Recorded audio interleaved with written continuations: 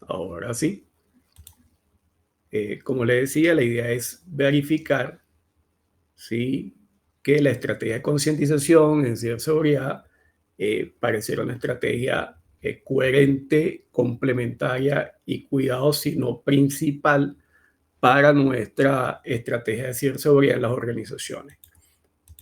El objetivo entonces es, con números, ver si efectivamente esta estrategia es correcta, y son números que vamos a presentar de estadísticas de distintas fuentes enfocadas en Latinoamérica, que básicamente es el rango de acción en el que nos encontramos nosotros.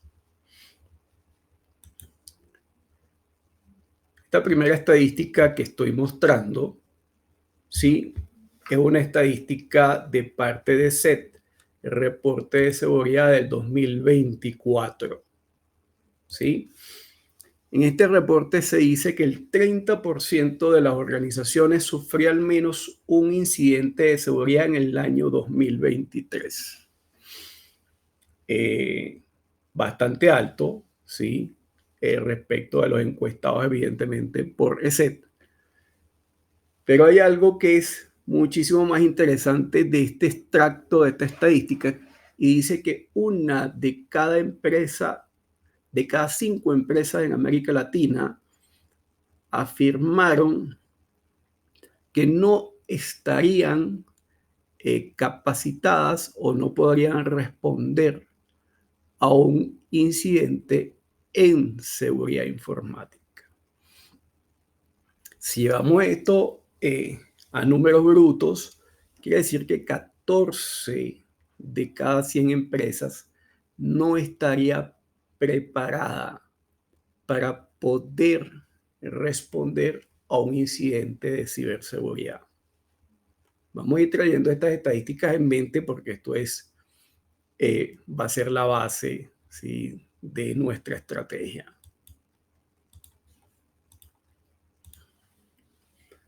Por aquí tenemos otras estadísticas tomadas de CloudSec, ¿sí? Quizás no nos enfoquemos en los números brutos de la gráfica, pero sí podemos sacar información cualitativa interesante. Y dice que básicamente el 50% de los casos de seguridad o de los incidentes de ciberseguridad reportados en la región se han presentado en gobierno, en telecomunicaciones, en banca, en salud y en finanzas. Quizás no estemos en esa área nosotros en este momento, pero eso lo que revela es que el otro 50% sí nos corresponde a nosotros. Sí nos corresponde ya aunque no son tan relevantes desde el punto de vista de números absolutos, sí podemos ver que ya no solamente se atienden a estas áreas tan importantes, donde hay dinero, donde hay afectaciones importantes, sino que ya básicamente los incidentes atacan a casi todos por igual. ¿Ok?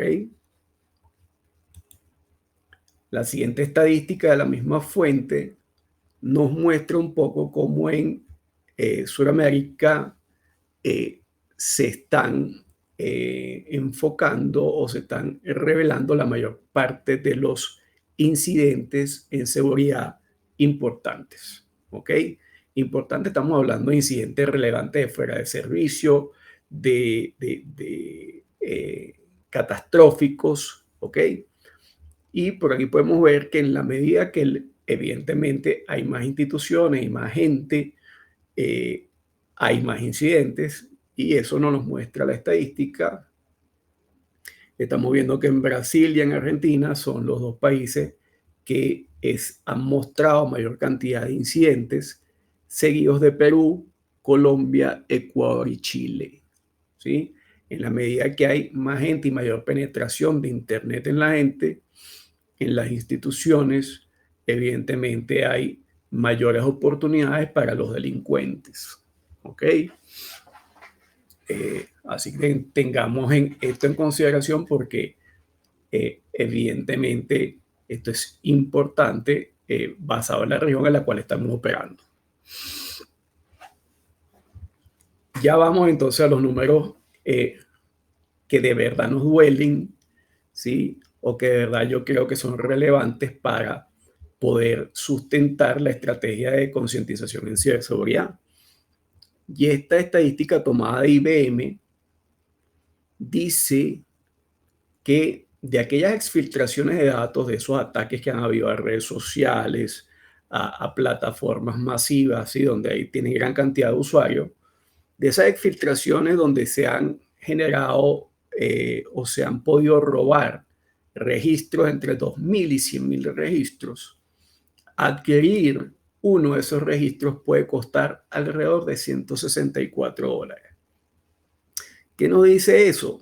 Eso nos dice que obtener unas credenciales, probablemente un usuario, un correo electrónico o una clave que nos permita ingresar o atacar a una organización en particular, no es nada costoso en función del posible beneficio que se pudiera obtener, ¿sí? De ese ataque, desde el punto de vista económico.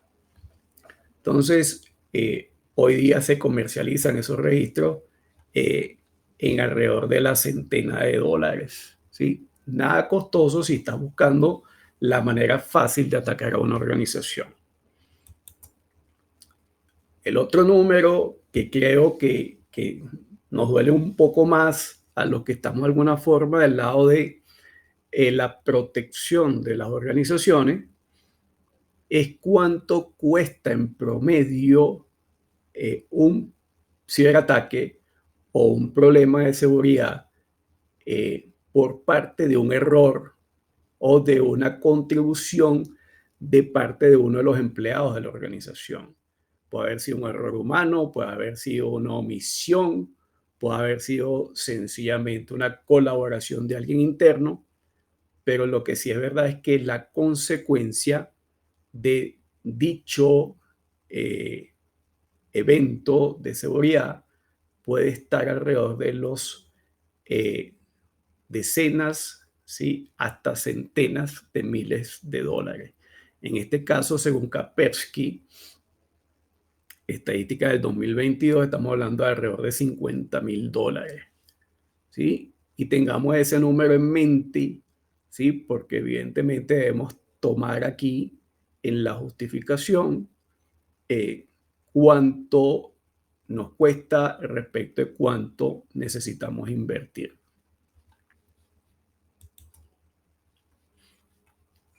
Sigamos hablando de presupuesto y de consecuencia de no tener un presupuesto en ciberseguridad. 62% de las organizaciones dice que no tiene presupuesto suficiente para hacer frente a los requerimientos de ciberseguridad de la organización. 62% dice que no tiene presupuesto suficiente.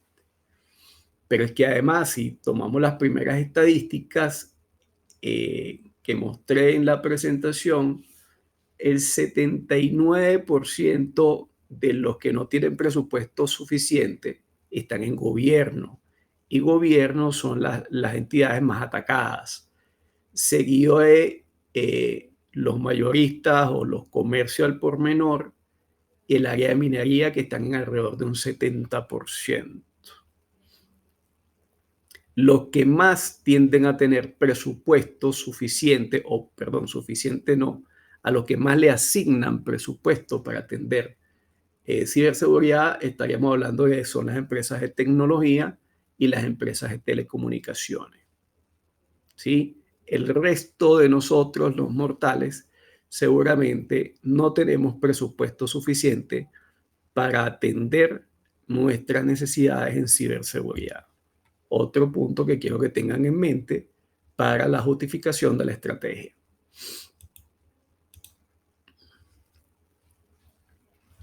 Esta estadística aún se ve más grave todavía, ¿verdad?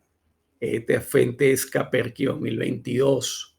79% de los empleados encuestados en este estudio indica que de forma consciente hicieron algo incorrecto, ¿sí? Algo que le pudo haber costado una buena cantidad de dinero a la organización.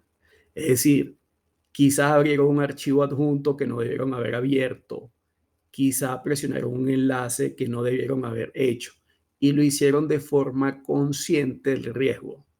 Prefirieron asumir el riesgo. 79%. Extrapolemos eso a nuestras empresas, nuestras organizaciones y veremos si eso es o no es verdad. Yo estoy seguro que quizás el porcentaje pueda ser más alto o más bajo, pero de que ocurre este tipo de comportamiento.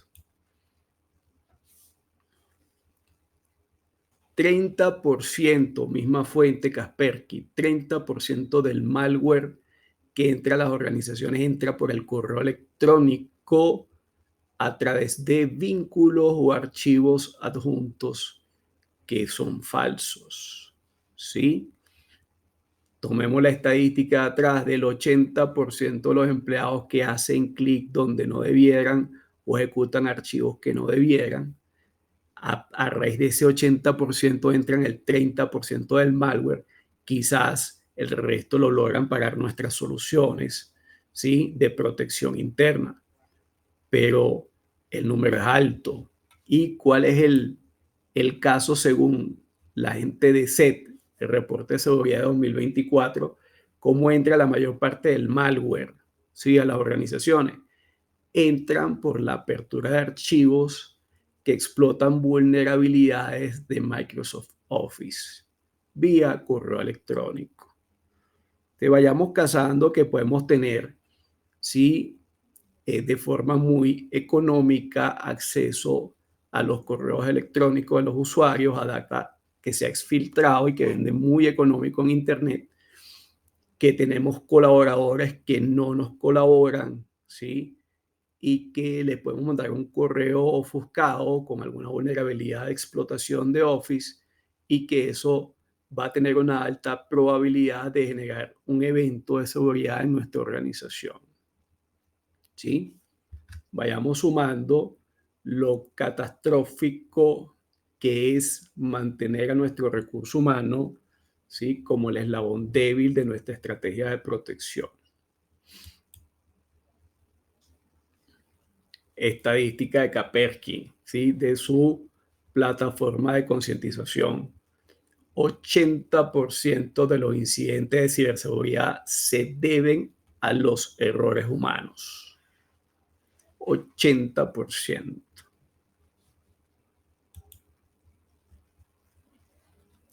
¿Qué tenemos que hacer? Bueno, evidentemente, tenemos que convertir a ese humano que nos afecta en este momento en alguien que trabaje de nuestra mano, que trabaje con nosotros, y para eso debemos concientizarlo. Pero ¿cómo debemos concientizarlo? Veamos estas estadísticas. El 27%, según ESET, reporte de seguridad 2024, dice que recibe algún tipo de capacitación en seguridad. Una cuarta parte del total de los encuestados dice que recibe capacitaciones en seguridad. Pero ¿qué tipo de capacitación? Ahí es donde está el detalle. Primero que ya es escaso hablar nada más de una cuarta parte. Pero lo normal, según el mismo informe, son cursos de capacitación. Cuando hablas de un curso es que enfocas la capacitación en un periodo de tiempo, ¿sí? 2, 3 días, ¿sí? Y das entonces un taller o una charla.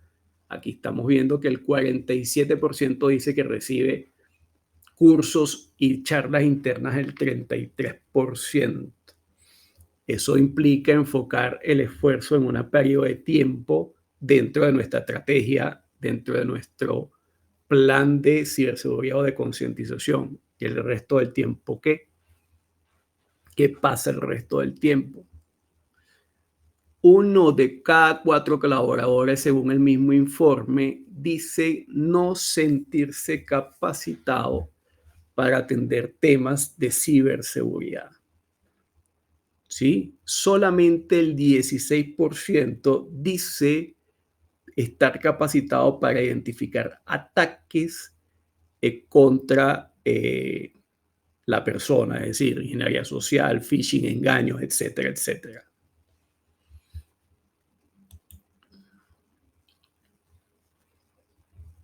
Sigamos hablando de concientización mal hecha, ¿sí?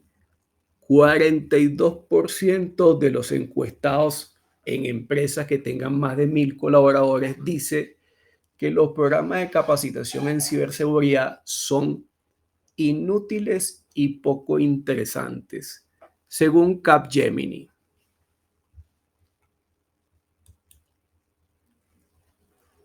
¿Qué nos dice eso? Que si bien tratar de generar un proceso de capacitación es la estrategia correcta en el sentido de que tratar de convertir al recurso humano no en una debilidad, sino en una fortaleza, es la estrategia correcta. Hacerlo de la forma incorrecta no nos suma, más bien nos crea una falsa sensación, ¿sí?, de que estamos haciendo las cosas bien. Si bien es mejor hacer algo que nada, ¿sí?, el solamente concentrarnos en un envío de un boletín informativo por correo electrónico de forma ocasional o eventualmente dar una charla o definir que vamos a meter alguna parte del equipo en un curso de 2 o 3 días. Si bien eso es mejor que nada, ¿sí?, no es la forma correcta y ya les voy a demostrar por qué. Porque es deficiente, es esporádico. Si un boletín que me llega por correo es poco interesante, seguramente se queda, ¿sí?, en mi bandeja sin ser leído, o si lo leo no le pongo mayor atención. Y lo peor de todo es que se olvida rápidamente. Y ahí es donde está la clave, ¿sí?, del proceso de concientización en ciberseguridad.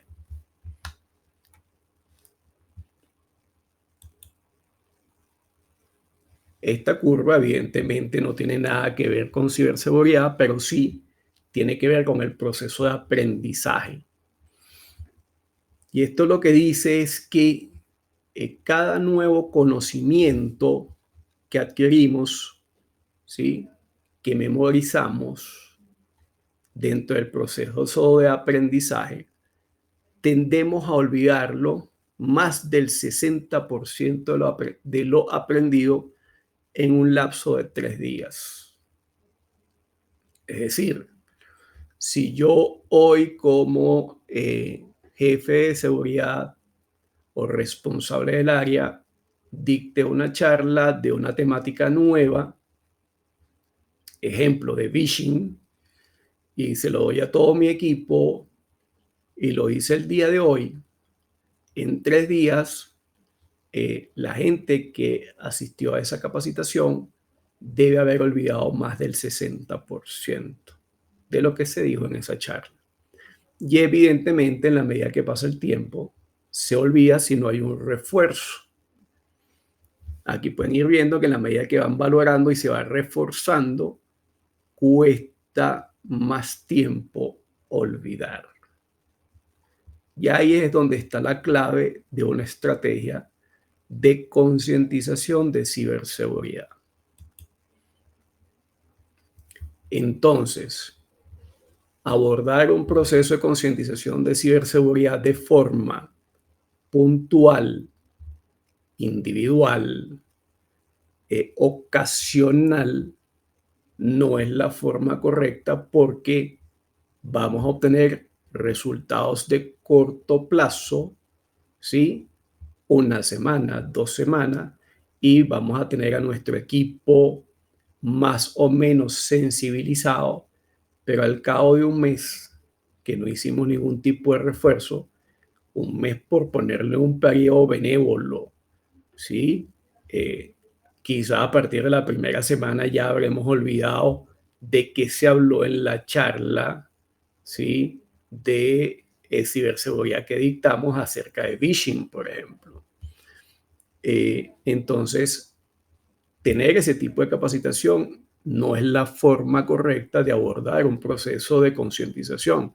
Ese proceso debe ser continuo, debe estar adaptado a la persona, ¿sí?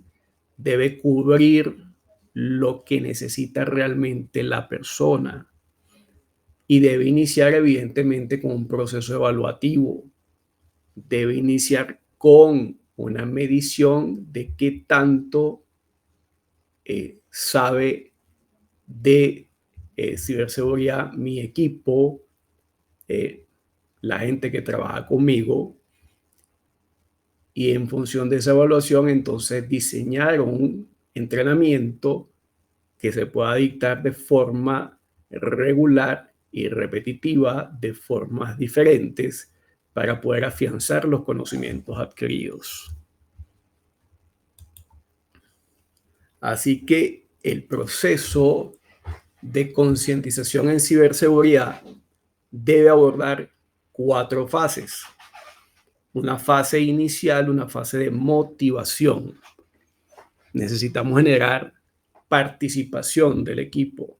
Tenemos que dar algún tipo de premio, algún tipo de certificación, algún tipo de bonificación, porque al final es solamente decirle al equipo que está con nosotros, hagamos estas charlas o hagamos estas evaluaciones solo por el bien de la organización.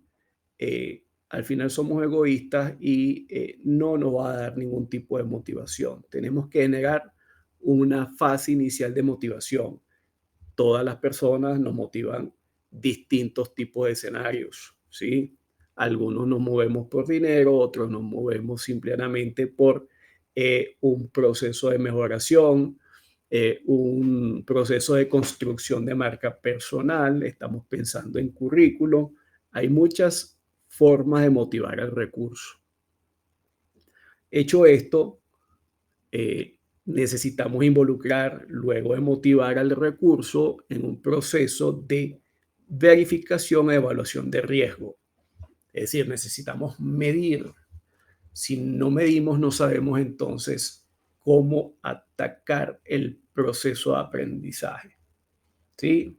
Pongamos un ejemplo, si hablamos de un curso de inglés, cualquiera de las plataformas de entrenamiento de inglés lo primero que hace es un nivel de evaluación para ver en qué grado, si están A1, A2, B1, B2, cuál es el nivel que tienen para diseñar de ahí en adelante el plan de entrenamiento que ustedes necesitan. Es exactamente lo mismo en ciberseguridad. Tienen que hacer una evaluación inicial del recurso para luego generar un esquema de microaprendizaje. ¿Qué significa esto? Tenemos a la gente para trabajar, tenemos al equipo de trabajo con probablemente poco tiempo, así que si le vamos a pedir al recurso que se dedique cada 2 semanas a un curso de 2 horas, simplemente vamos a empezar a tener deserción. No nos van a hacer caso a menos que sea obligado. La gente no va a tratar de mantenerse en la línea del aprendizaje. Así que el microaprendizaje es la estrategia. ¿Qué hablamos de microaprendizaje? De dar cápsulas educativas, de dar videos cortos diseñados para que la gente los vea como si fuera cualquiera de los posts que ven en redes sociales. ¿Sí? La gente se engancha con ese tipo de videos y ese es el tipo de aprendizaje que la gente va a consumir de forma regular.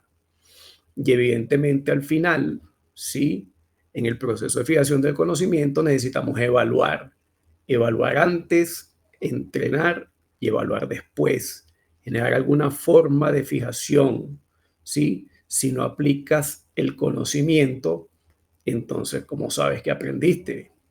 Entonces, este proceso es el que debemos seguir.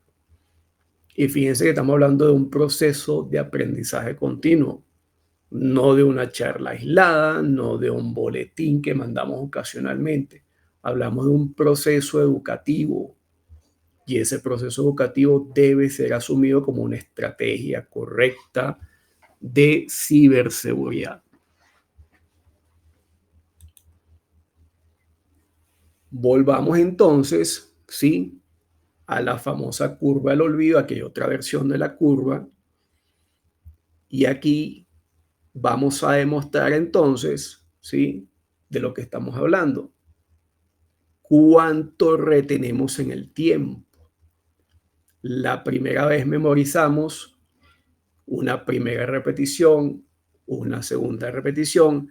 A partir de la tercera repetición, de ahí en adelante en que estamos reforzando un concepto, fíjense que en la cuarta, para olvidar, ¿sí?, solamente un 10% de lo que hemos estado aprendiendo, eso va a ocurrir a partir del mes. Y si se dan cuenta, la curva se va aplanando cada vez más. Y en la medida que se aplana la curva, más tiempo demoras en olvidar algún concepto. Y aquí está la clave de la metodología de aprendizaje continuo. Entonces, lo más importante de este proceso es poderlo gestionar, poder dar un conocimiento de forma repetitiva. Si lo hacemos de esa forma, va a llegar un momento en que eso que aprendimos se forma o forma parte del ADN de la persona y va a ser más difícil que caiga en cualquiera de esas estrategias de engaño o de compromiso de ciberseguridad a los que pudieran verse afectados. ¿Cómo se hace esto? Pues tratar de mantener un proceso de aprendizaje continuo de forma manual es muy difícil. Si nosotros tenemos una organización con 250 colaboradores y vamos a tratar de evaluar manualmente el nivel de aprendizaje o el nivel de conocimientos que tienen en ciberseguridad, se nos va a ir la vida, ¿sí?, en tratar de mantener ese tipo de evaluación, mucho menos si necesitamos entonces poder generar microaprendizaje de forma continua. Esto tiene que ser de forma automatizada. Necesitas una plataforma de aprendizaje o LMS, una plataforma que se va a dedicar de administrar el proceso de aprendizaje, que va a tener evidentemente la parte medible, que serían los tableros, donde se va a cuantificar y se va a calificar el riesgo de cada una de las personas que tenemos en la organización, y desde donde, una vez que hagamos la evaluación, vas a poder programar, ¿sí? Uno, que se hagan las evaluaciones; dos, que se envíen los contenidos de aprendizaje; y tres, que se le recuerde de forma regular al recurso humano que debe participar en el proceso de aprendizaje. ¿De qué estamos hablando? Estamos hablando de esto que estoy mostrando en pantalla, de poder tener y programar evaluaciones diferentes tipos de contenido, manejo de datos sensitivos, manejo de contraseña, qué hago con una unidad USB extraviada, qué hago con un correo que pudiera ser de phishing. Entonces necesitamos entonces empezar a evaluar y qué sé yo al respecto de todas las temáticas de ciberseguridad que me pueden afectar, ¿sí?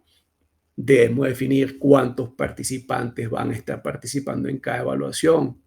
¿Sí? Puede ser que las evaluaciones apliquen a todos por igual o tengas que definir evaluaciones diferentes para distintos tipos de personajes o distintos tipos de colaboradores de la organización. Le defines una ventana de tiempo durante la cual se debe hacer la evaluación. Veremos quién lo hace y quién no lo hace. Evidentemente, eso también se evalúa como parte del proceso de aprendizaje. Quién participa y quién no, porque si no tenemos altos grados de participación, evidentemente vamos a tener que buscar formas de motivar al recurso, y luego definimos entonces un porcentaje, ¿sí?, o un score de resiliencia o un porcentaje que mide el riesgo que representa para nosotros ese grupo que estuvimos evaluando. Si se dan cuenta, aquí tenemos una estadística que dice que el manejo de datos sensitivos tuvo un score de resiliencia de 0, ¿sí? porcentaje de resiliencia, de 6 de 10 empleados respondieron mal al proceso evaluativo y nos está dando una medición entre los participantes de que estamos ante un escenario de mucho riesgo. ¿Qué tiene que hacer esta plataforma entonces una vez que hayamos llegado a esta medición? Pues planificarles o sugerirnos a nosotros como administradores de la plataforma qué entrenamiento deben hacer, ¿sí? Un entrenamiento que debe ser breve, recurrente y con términos no técnicos, porque los técnicos probablemente seamos nosotros.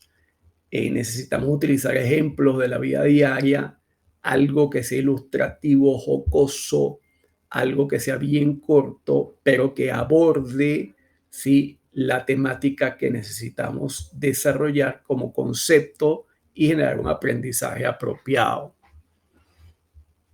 Y luego, evidentemente, que hagamos eso, generar una evaluación para fijar el conocimiento, una evaluación que lo que va es verificar cómo aplicas el conocimiento que se te impartió y al final la parte motivacional, por ejemplo, en nuestro caso, entregamos certificados de forma tal que evidentemente haya ese gancho para continuar el proceso educativo. Entonces, por ejemplo, en el caso que habíamos hablado, ¿sí? En este caso de manejo de datos sensitivos, la plataforma, ¿sí?, ya tiene precargado y te dice, mira, para manejo de datos sensitivos a un nivel de riesgo cero, es decir, fallaste en todo lo que evaluamos, te sugiero enviar 16 tópicos diferentes en video, que si se dan cuenta dice, hacerlos todos en conjunto, uno detrás de otro, nos tomaría 19 minutos. Pero ya dijimos que la clave del proceso de aprendizaje continuo es la repetición en tiempos diferentes. Así que debemos agarrar este contenido, estas 16 cápsulas que hablamos de compartir pantallas, que hablamos de dejar valores en el vehículo, que hablamos de imprimir información confidencial en la impresora correcta, por ejemplo, o cómo manejar o si utilizar el autollenado o no de nuestros sistemas operativos, ¿sí? El ejemplo de mantener las contraseñas en el navegador, por ejemplo. Este tipo de información, serían 16 temas diferentes hablando de manejo de datos sensitivos que va a generar con la repetición en el tiempo, por ejemplo, un tópico diario o cada 2 días hablar de alguno de estos tópicos que no le va a tomar más de 1 minuto y medio a 2 minutos, va a ser una estrategia mucho más efectiva en cuanto a fijación del conocimiento que tratar de ver los 16 videos, ¿sí?, en un periodo, en un lapso de 20 minutos. Como le decía, una vez ejecutado el proceso, entonces se entrega el premio. Si aplicaste, viste los videos, hiciste las evaluaciones para ver si ya estás claro del tópico y te doy el premio final. Ese premio final refuerza el proceso y la motivación para continuar haciendo el resto de las capacitaciones que vamos a seguir diseñando en el tiempo.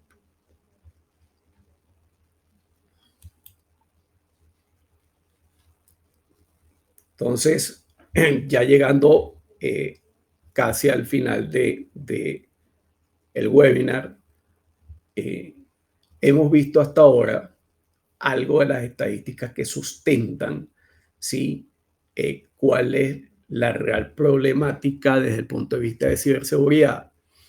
El riesgo lo tenemos en la gente y convertirlo en nuestros aliados y no en nuestros enemigos es la estrategia más correcta.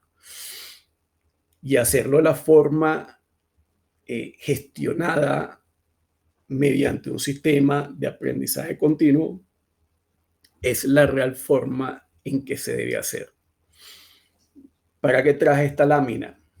Esta lámina la traje, es la calculadora de seguridad IT que consiguen en Kaspersky, Para ilustrar un poco eh, del punto de vista de manejo del presupuesto o ayudarlos a vender a lo interno, ¿sí? Este tipo de estrategia. Fíjense que según Kaspersky en Latinoamérica, ¿sí? Eh, podemos estar de acuerdo o no, pero de alguna forma lo midieron. Dicen que en organizaciones hasta 250 colaboradores, el presupuesto destinado a ciberseguridad debería ser de alrededor de $600,000 y que al 2025, es decir, ahora, ¿sí? Este año, debió haberse incrementado en un 7%.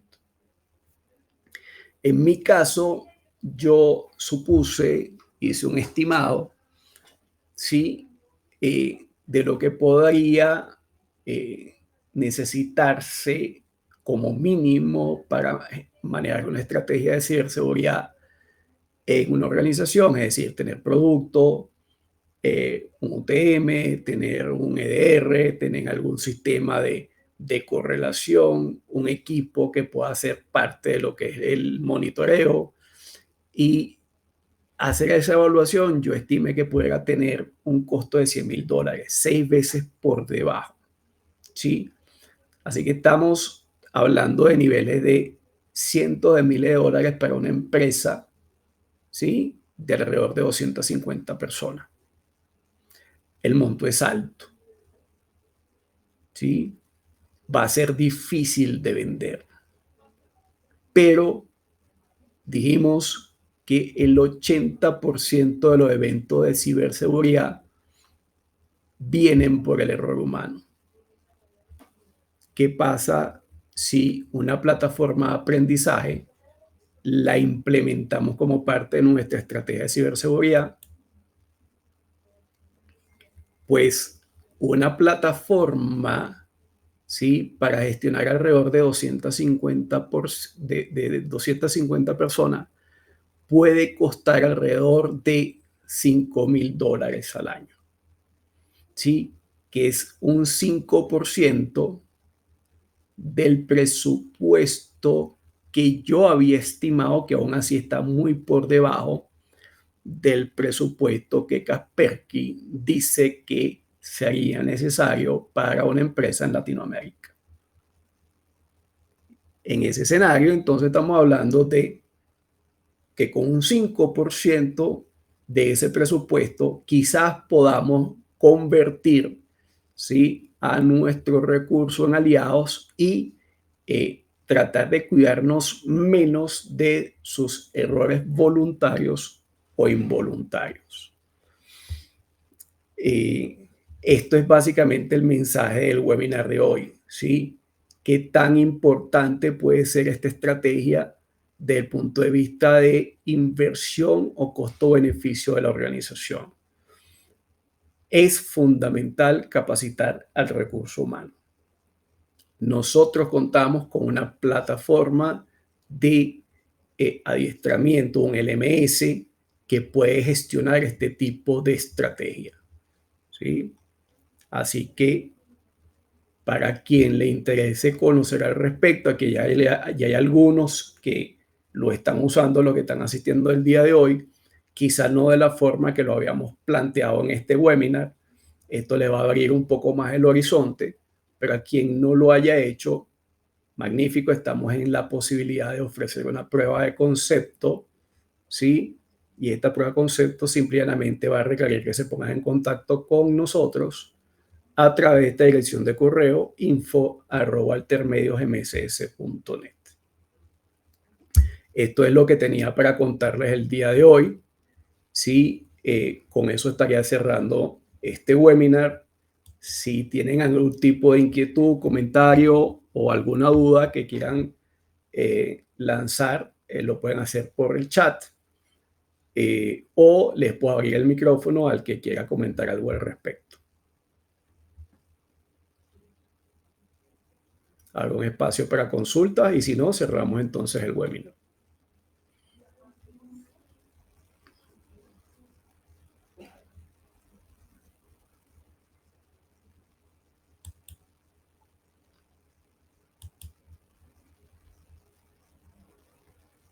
¿Todo muy claro? Creo que sí, aparentemente.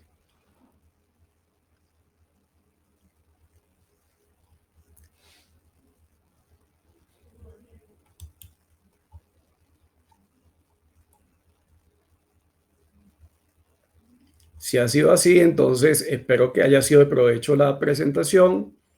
Este webinar pretende darles herramientas para poder justificar una estrategia de concientización, una forma de vender el proyecto a lo interno y un elemento importante de concientización hacia eh, la gente que maneja el presupuesto, porque abordar esta estrategia es desde todo punto de vista costo